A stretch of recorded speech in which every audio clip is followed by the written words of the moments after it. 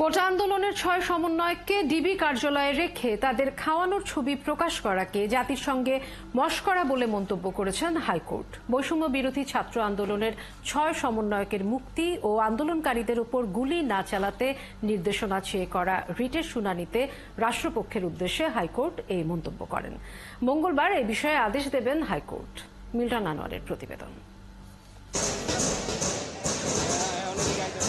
কোটা আন্দোলনকে ঘিরে সংঘর্ষ, প্রাণহানি ও গণগ্রেপ্তারের পর সোমবার রাতে ডিবি হেফাজতে থাকা অবস্থায় ৬ সমন্বয়ক সব কর্মসূচি প্রত্যাহারের ঘোষণা দেন। সেই সাথে প্রকাশিত হয় ডিবি কার্যালয়ে বসে তাদের খাবারের ছবিও। এর একদিন পর ২ আইনজীবী ৬ সমন্বয়কের মুক্তি ও আন্দোলনকারীদের উপর প্রাণঘাতী অস্ত্র দিয়ে গুলি না করার নির্দেশনা চেয়ে রিট আবেদন করেন। রিটের শুনানিতে বিচারপতি মুস্তফা জামান ইসলাম ও বিচারপতি এস.এম.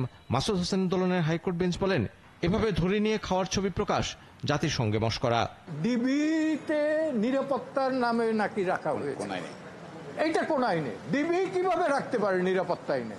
হাতের টেবিলে বসে ছবি তুলে এটাই করেন। আপনি কি এটা মশকরা পাইছেন? ঠিক এই মশকরা ল্যাঙ্গুয়েজটা ইউজ করছে।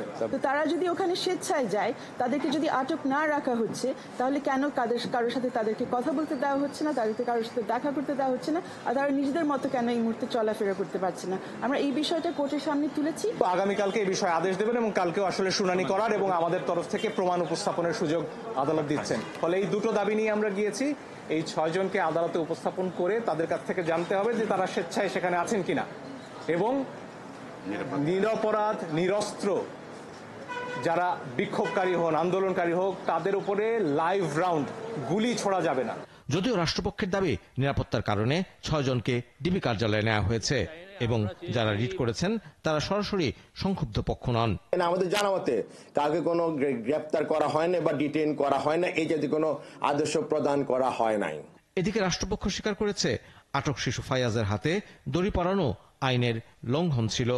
আজকে সরকার পক্ষ এসে বলল যে তারা ব্যবস্থা নিয়েছে, তাকে রিমান্ড থেকে তাকে ছেড়ে টঙ্গী কিশোরালয়ে নিয়ে গেছে এবং ওইটাও স্বীকার করেছে যে তাকে হাতে দড়ি দিয়ে তাকে বাধাটা এটা বেআইনি হয়েছে।